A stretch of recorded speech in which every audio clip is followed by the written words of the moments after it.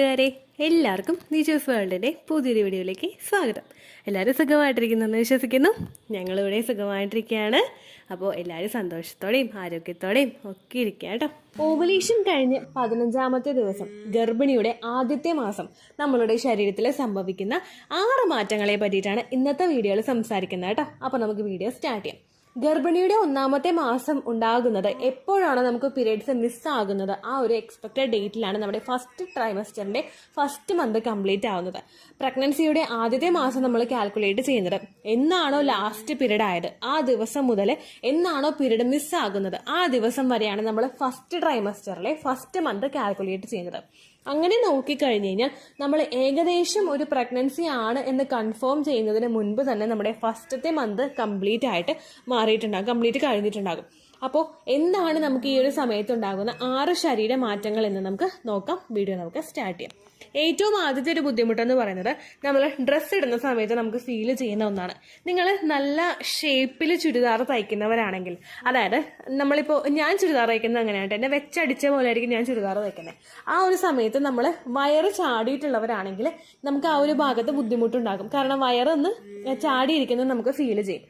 Pregnant ആകുന്ന പല സ്ത്രീകൾക്കും സ്റ്റൊമക്ക് ഒന്ന് ചാടി മുൻപോട്ടേക്ക് വരാറുണ്ട്. ഈ ഒരു ബുദ്ധിമുട്ടുണ്ടാകുന്നത് ഒരിക്കലും കുഞ്ഞ് വളരുന്നത് കൊണ്ടല്ല കേട്ടോ. പ്രഗ്നൻസിയുടെ ആദ്യത്തെ മാസമൊക്കെ എന്ന് പറയുന്നത് കുഞ്ഞിന്റെ വളർച്ച ഭയങ്കര കുറവായിരിക്കും. ചെറിയൊരു എന്താ പറയുക, നമുക്ക് കണ്ണുകൊണ്ട് കാണാൻ പോലും, ഇതിന് നമ്മൾ സ്കാൻ ചെയ്യുന്ന പല മെഷീൻസിന് പോലും ഡിറ്റക്ട് ചെയ്യാനായിട്ടും പറ്റാത്ത തരത്തിലുള്ള അത്രയും ചെറുതായിരിക്കും ആ ഒരു സമയത്ത് നമ്മുടെ ആ ഒരു എംബ്രിയോ എന്ന് പറയുന്നത്. അപ്പോൾ കുഞ്ഞിന്റെ വളർച്ച കൊണ്ടല്ല കേട്ടോ. നമ്മൾ പ്രഗ്നന്റ് ആകുമ്പോഴേക്കും ബ്ലോട്ടിംഗ് ഇഷ്യൂസ് പലർക്കും സ്റ്റൊമക്കിൽ ഫീൽ ചെയ്യാറുണ്ട്. അതായത് ഭക്ഷണം കഴിക്കുന്നു പക്ഷെ ദഹിക്കുന്നില്ല. വെള്ളം കുടിച്ചാൽ തന്നെ നമുക്ക് ഒരു ദഹിക്കാത്ത അവസ്ഥ, പിന്നെ ഒരു തവണ വെള്ളം കുടിക്കാനായിട്ട് തോന്നാത്ത അവസ്ഥ, വയറെപ്പോഴും ഫുള്ളായിട്ട് ഇരിക്കുന്ന ഒരവസ്ഥ. ഈ അവസ്ഥയിൽ നമ്മളൊരു നല്ല ഷേപ്പ് വേറൊക്കെ ഡ്രസ്സ് ഇട്ട് കഴിഞ്ഞാൽ നമുക്ക് വയറ് പുറത്തേക്ക് ചാടി നിൽക്കില്ലേ? ഇത് പലർക്കും പ്രഗ്നൻസിയുടെ ഒരു സ്റ്റാർട്ടിംഗ് സ്റ്റേജിൽ തന്നെ കാണാൻ സാധിക്കുന്ന ഒരു പ്രഗ്നൻസി ലക്ഷണമാണ്. ഇതിന്റെ പേരെന്ന് പറയുന്നത് ബ്ലോട്ടിംഗ് ആണ്. നമുക്ക് ഗ്യാസ് വന്ന് തിങ്ങി നിൽക്കുന്ന ഒരവസ്ഥ. ഒരു തവണ നമ്മൾ ഗ്യാസിന്റെ ഫുഡ് കഴിച്ചിട്ടാണെന്ന് വിചാരിച്ച് സമാധാനിച്ചാലും പിന്നീട് അങ്ങോട്ടേക്കുള്ള ഒരുപാട് ദിവസങ്ങളിലും ഈ ഒരു ബ്ലോട്ടിംഗ് നിങ്ങൾക്ക് ഉണ്ടാവുക. പ്രഗ്നന്റ് ആകുന്ന സമയത്ത് ശരീരത്തിൽ പ്രൊജസ്ട്രോൺ ഹോർമോൺ വർദ്ധിക്കുന്നത് കൊണ്ടും നമ്മുടെ ഡൈജഷൻ സിസ്റ്റം സ്ലോ ആകുന്നത് കൊണ്ടുമാണ് ഇത്തരത്തിൽ ബ്ലോട്ടിംഗ് നിങ്ങൾക്ക് റെക്കറന്റ് ആയിട്ട് അനുഭവപ്പെടുന്നത് കേട്ടോ. അതപ്പോൾ പലർക്കും അനുഭവപ്പെടാറുണ്ട്. രണ്ടാമത്തേന്ന് പറയുന്നത് നമ്മുടെ ബ്രസ്റ്റിലെ സൈസിൽ വരുന്ന വ്യത്യാസമാണ്. പ്രഗ്നൻസിയുടെ ആദ്യത്തെ മാസത്ത് തന്നെ നിങ്ങളുടെ ബ്രസ്റ്റ് വളരെ വലുതാകുമോ എന്ന് ചോദിച്ചു കഴിഞ്ഞാൽ ഒരിക്കലുമില്ല.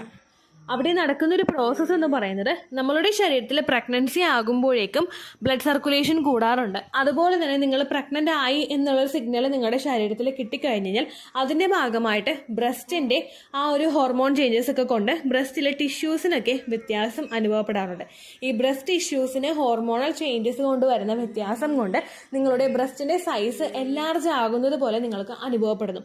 പ്രഗ്നന്റ് ആയി പിറ്റേ ദിവസം തന്നെ ബ്രസ്റ്റിന്റെ സൈസ് 34 36 ആവില്ല കേട്ടോ. പക്ഷെ നമുക്ക് കംഫർട്ടബിൾ അല്ലാത്ത രീതിക്ക് ഒരു എന്താ പറയുക, ഒരു ബൾജിങ് നമുക്ക് അവിടെ ഫീൽ ചെയ്യുന്നു എന്നുള്ളൊരു മാറ്റം നമുക്ക് അവിടെ അനുഭവപ്പെടും. ഇതാണ് നമുക്ക് രണ്ടാമത് ഉണ്ടാവുന്ന മാറ്റം. മൂന്നാമത്തെ മാറ്റം ബ്രസ്റ്റിൽ തന്നെയാണ് ഉണ്ടാവുന്നത്. ബ്രസ്റ്റിന്റെ നിപ്പിളിന് ചുറ്റുമുള്ള ഏരിയയും ബ്രൗണിൽ നിന്ന് ഡാർക്ക് ബ്ലാക്കിലോട്ട് ചേഞ്ച് ആവുന്നു. ഈ ബ്രൗൺ കളർ ആയിരിക്കും. നിങ്ങൾ പ്രഗ്നന്റ് ആയിട്ടില്ല എങ്കിൽ നിങ്ങളുടെ ബ്രസ്റ്റ് ചെക്ക് ചെയ്ത് നോക്കിക്കഴിഞ്ഞാൽ അതിന്റെ കളർ ബ്രൗൺ ആയിരിക്കും. എന്നാൽ പ്രഗ്നന്റ് ആകുന്നുണ്ടെങ്കിലും ബ്രസ്റ്റ് ഫീഡ് നിങ്ങൾ ചെയ്യുന്നുണ്ടെങ്കിലും അതിന്റെ കളർ ചേഞ്ച് ആയിട്ട് ബ്ലാക്കിലോട്ട് മാറും. ദെൻ എഗെയിൻ നിങ്ങൾ ബ്രസ്റ്റ് ഫീഡിങ് ഒക്കെ നിർത്തി കഴിഞ്ഞ് കുറച്ച് നാളൊക്കെ കഴിയുമ്പോഴേക്കും എഗെയിൻ നമ്മുടെ ആ ഒരു ബ്രസ്റ്റിന്റെ കളർ ബ്രൗണിലോട്ട് ചേഞ്ച് ആകും. അപ്പോൾ ഈ ഒരു വ്യത്യാസവും നിങ്ങൾക്ക് കാണുന്നുണ്ടോ എന്ന് നോക്കാം കേട്ടോ. നാലാമത്തെ വ്യത്യാസം നിങ്ങൾക്ക് അനുഭവപ്പെടുന്നത് വജൈനൽ ഡിസ്ചാർജിലാണ്. പ്രഗ്നന്റ് ആകുന്ന ഒരുപാട് പേർക്ക് വജൈനൽ ഡിസ്ചാർജ് അനുഭവപ്പെടാറുണ്ട്. വജൈനൽ ഡിസ്ചാർജ് കാണാതെയും പ്രഗ്നന്റ് ആകുന്ന ഒരുപാട് പേരുണ്ട്. പക്ഷേ വജൈനൽ ഡിസ്ചാർജ് നമുക്ക് അനുഭവപ്പെടുന്നത് എന്തുകൊണ്ടാണെന്ന് വെച്ച് കഴിഞ്ഞാൽ നമ്മുടെ സെർവിക്സിനെ നല്ല ഹെൽത്തി ആയിട്ട് കീപ്പ് ചെയ്യാൻ വേണ്ടിയിട്ടും മറ്റുള്ള ബാക്ടീരിയാസ് നമ്മുടെ ശരീരത്തിനകത്തേക്ക് പ്രവേശിക്കാതിരിക്കാനും വേണ്ടിയിട്ട് നമ്മളുടെ സെർവിക്സ് കൃത്യമായിട്ട് ഹെൽത്തി മെഷേഴ്സ് എടുക്കാറുണ്ട്. ഇതിന്റെ ഭാഗമായിട്ട് നമുക്ക് വജൈനൽ ഡിസ്ചാർജിന്റെ പ്രൊഡക്ഷൻ ശരീരത്തിൽ വർദ്ധിക്കാറുണ്ട്. നോർമലി നമുക്ക് ഉണ്ടാകുന്ന വജൈനൽ ഡിസ്ചാർജ് എന്ന് പറയുന്നത് ക്വാണ്ടിറ്റി കുറവായിരിക്കും. പീരിയഡ്സ് ആകുന്നതിന് മുൻപാണെങ്കിലും അല്ലെങ്കിൽ പീരിയഡ്സ് കഴിഞ്ഞതിന് ശേഷമാണെങ്കിലും ഉണ്ടാകുന്ന വജൈനൽ ഡിസ്ചാർജിന്റെ അളവിലെ ക്വാണ്ടിറ്റി വളരെ കുറവായിരിക്കും. പക്ഷെ പ്രഗ്നന്റ് ആയി കഴിഞ്ഞ് കഴിഞ്ഞാൽ നോർമലി എത്ര വജൈനൽ ഡിസ്ചാർജ് ആണോ ഉണ്ടായിരുന്നത് അതിനേക്കാളും കുറച്ചുകൂടി കൂടാറുണ്ട്. ഒരുപാട് പേര് വജൈനൽ ഡിസ്ചാർജ് കൂടുതലായിട്ട് വന്നിട്ട് ഒരു ദിവസം 2 പാൻറ്റീസ് വീതം ചേഞ്ച് ചെയ്യുന്നത്, 2-3 പാൻറ്റീസ് വീതം ചേഞ്ച് ചെയ്യുന്ന ഒരുപാട് പേരുണ്ട് കേട്ടോ. അപ്പോൾ അങ്ങനെയും പലർക്കും ഉണ്ടാകാറുണ്ട്. ഇനി അങ്ങനെ ഉണ്ടായിട്ടില്ലെങ്കിലും വജൈനൽ ഡിസ്ചാർജ് ഇല്ലെങ്കിലും നിങ്ങൾ ടെൻഷൻ ആവണ്ട. പിന്നീട് അങ്ങോട്ടേക്ക് പ്രഗ്നൻസിയുടെ ഏതെങ്കിലും ഒരു സമയത്ത് നിങ്ങൾക്ക് വജൈനൽ ഡിസ്ചാർജ് കൂടുതലായിട്ട് ഉണ്ടാവും കേട്ടോ. ഇതിന്റെ ടെക്സ്ചർ എല്ലാവരും ചോദിക്കാറുണ്ട്. ഇതിന്റെ ടെക്സ്ചർ എന്ന് പറയുന്നത് നമുക്ക് വലിച്ചു നീട്ടാൻ പറ്റുന്നതോ കുറച്ച് കട്ടിയായിട്ട് വരുന്നതോ ഒക്കെ ആയിരിക്കും വജൈനൽ ഡിസ്ചാർജ് ടെക്സ്ചർ എന്ന് പറയുന്നത്. നിങ്ങൾ ചെക്ക് ചെയ്യേണ്ടത് ഇതിന്റെ ക്വാണ്ടിറ്റി മാത്രമാണ്. ഇതിന്റെ അളവ് കൂടിയിട്ടാണോ വരുന്നത് എന്ന് നിങ്ങൾ മനസ്സിലാക്കിയാൽ മതിയായിരിക്കും കേട്ടോ. ആറാമതായിട്ട് നമുക്ക് വിസിബിൾ ആയിട്ട് ബോഡിയിൽ കാണാൻ കഴിയുന്ന ചേഞ്ചസ് ആണ് സ്പോട്ടിംഗ് എന്ന് പറയുന്നത്. ഒരുപാട് പേർക്ക് പ്രൊജസ്ട്രോൺ ഹോർമോണിന്റെ ഏറ്റക്കുറച്ചിലുകൾ കൊണ്ടോ ത്രട്ടേൺഡ് മിസ്കാരേജ് എന്ന് പറയുന്ന കണ്ടീഷൻസ് കൊണ്ടോ പ്രഗ്നൻസിയുടെ ഒരു ത്രൂ ഔട്ട് സമയത്ത് ചെറിയ ചെറിയ സ്പോട്ടിംഗ് ഉണ്ടാവാറുണ്ട്. ഒരുപാട് പേര് 8 മാസം വരെ ഫുള്ളായിട്ട് പ്രൊജസ്ട്രോണിന്റെ ഇഞ്ചക്ഷൻ വെക്കുന്നവരുണ്ട്. ഈ ഒരു സ്പോട്ടിംഗ് പലർക്കും പ്രഗ്നൻസിയുടെ സ്റ്റേജിൽ ഇപ്പോൾ ഏറ്റവും കോമൺ ആയിട്ട് കണ്ടുവരുന്ന ഒരു കാര്യമാണ്. നമ്മുടെ ലൈഫ് സ്റ്റൈലിൽ വരുന്ന വ്യത്യാസം, നമ്മൾ ഓൾറെഡി വണ്ണമുള്ള ആളുകളാണെങ്കിൽ, PCOD ഉള്ള ആളുകളാണെങ്കിൽ, തൈറോയ്ഡ് ഉള്ള ആളുകളാണെങ്കിലൊക്കെ നമുക്ക് ഈ ചെറിയ ചെറിയ സ്പോട്ടിംഗ് ഉണ്ടാകുന്നത് നോർമലാണ്. നിങ്ങൾക്ക് അങ്ങനെ സ്പോട്ടിംഗ് 1 മാസം കാണുന്നുണ്ടെങ്കിൽ നിങ്ങൾ ഒരിക്കലും അതിനെ ഈസി ആയിട്ടുള്ള ഒരു കാര്യമായിട്ട് കൺസിഡർ ചെയ്യരുത്. പ്രഗ്നൻസി ടെസ്റ്റ് ചെയ്ത് നോക്കിയിട്ടാണ് നിങ്ങൾക്ക് സ്പോട്ടിംഗ് വരുന്നതെങ്കിൽ അടുത്ത ചെക്കപ്പിന് ഡോക്ടറോട് പറയാം എന്ന് വിചാരിച്ച് നിങ്ങൾ ഒരിക്കലും ഇരിക്കാനായിട്ട് പാടില്ല.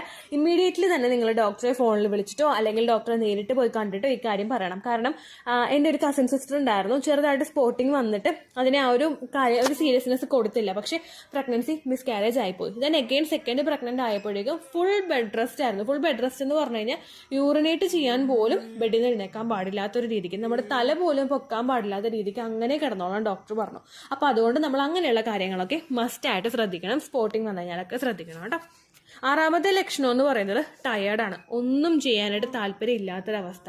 ഈ ഒരു സിറ്റുവേഷൻ നമുക്ക് ഉണ്ടാവുന്നത് പ്രൊജസ്ട്രോൺ ഹോർമോണിന്റെ ഹൈക്ക് കൊണ്ടാണ്. ചിലർക്ക് ഉണ്ടാവുന്നത് ബ്ലഡ് പ്രഷറിൽ ലോ ആകുന്നത് കൊണ്ടാണ്. പലർക്കും പ്രഗ്നൻസി സമയത്ത് ലോ ബ്ലഡ് പ്രഷർ ഉണ്ടാവാറുണ്ട്. ബ്ലഡ് പ്രഷർ നമ്മൾ എഴുന്നേക്കുന്ന സമയത്ത് തല ഒന്ന് പാളി പോകുന്നത് പോലെ, അല്ലെങ്കിൽ ഇരുന്നിട്ട് തന്നെ എഴുന്നേക്കാനായിട്ടൊക്കെ ഭയങ്കര ഒരു മന്ദത നമുക്ക് അനുഭവപ്പെടുന്നത് പോലെയൊക്കെ ഉണ്ടാവാറുണ്ട്. അപ്പോൾ ഇങ്ങനെയുള്ള ക്ഷീണവും തളർച്ചയൊക്കെ ഉണ്ടാവുന്നത് പലർക്കും ഒരു പ്രഗ്നൻസിയുടെ സമയത്ത് ഉണ്ടാകുന്ന ഒരു കാര്യമാണ് കേട്ടോ. ഇതൊക്കെയാണ് ഫസ്റ്റ് മന്ത് ഓഫ് പ്രഗ്നൻസിയിൽ നമുക്കുണ്ടാകുന്ന ഏറ്റവും വിസിബിൾ ആയിട്ടുള്ള പ്രഗ്നൻസി ലക്ഷണങ്ങൾ. പിന്നെ ഒരുപാട് പേര് ഏറ്റവും കൂടുതൽ സംശയം ചോദിച്ചിട്ടും ഏറ്റവും കൂടുതൽ വിഷമിച്ചിട്ടും പറയുന്ന ഒരു കാര്യമുണ്ട്. ചേച്ചി പ്രഗ്നൻസി ടെസ്റ്റ് ചെയ്ത് നോക്കി, 5ാമത്തെ ആഴ്ചയുടെ സ്കാനിങ്ങിലായിരുന്നു പ്രഗ്നൻസി ടെസ്റ്റ് ചെയ്ത് നോക്കിയത്, കുഞ്ഞ് വിസിബിൾ ആയിട്ടില്ല, അല്ലെങ്കിൽ ഫീറ്റൽ പോൾ കിട്ടിയില്ല, യോഗ് സാക്ക് കിട്ടിയില്ല, ജസ്റ്റേഷൻ സാക്ക് കിട്ടിയില്ല, അങ്ങനെയൊക്കെ പറയുന്ന ഒരുപാട് പേരുണ്ട്. അവരോടൊക്കെ ഡോക്ടർ റിപ്പീറ്റ് സ്കാനും പറയാറുണ്ട്. നമ്മൾ ഒരു കാര്യം നമ്മൾ മനസ്സിലാക്കണം, നമ്മുടെ ഫസ്റ്റ് പ്രഗ്നൻസിയുടെ ആ ഒരു സമയത്ത് ഫസ്റ്റ് മന്തിൽ കഴിഞ്ഞ മാസം എപ്പോഴാണ് നമുക്ക് LMP ഉണ്ടായത് ആ സമയം മുതൽ ഈ സമയം വരെയുള്ള ആ ഒരു ടൈം പീരീഡ് ആണ് നമ്മൾ ഫസ്റ്റ് മന്തായിട്ട് കൺസിഡർ ചെയ്യുന്നത്. അങ്ങനെ നമ്മൾ കൺസിഡർ ചെയ്താലും നമുക്ക് ഓവുലേഷൻ നടക്കുന്നത് നമ്മൾ ചിലപ്പോൾ അൾട്രാസൗണ്ട് സ്കാനിങ് പ്രകാരം നമ്മൾ ചിലപ്പോൾ പ്രഗ്നന്റ് ആയിട്ട് 14 ദിവസമേ ആയിട്ടുണ്ടാവുള്ളൂ. പക്ഷേ നമ്മുടെ കണക്കനുസരിച്ചിട്ട് നമ്മൾ പ്രഗ്നന്റ് ആയിട്ട് 30 ദിവസം ആയിട്ടുണ്ടാകും.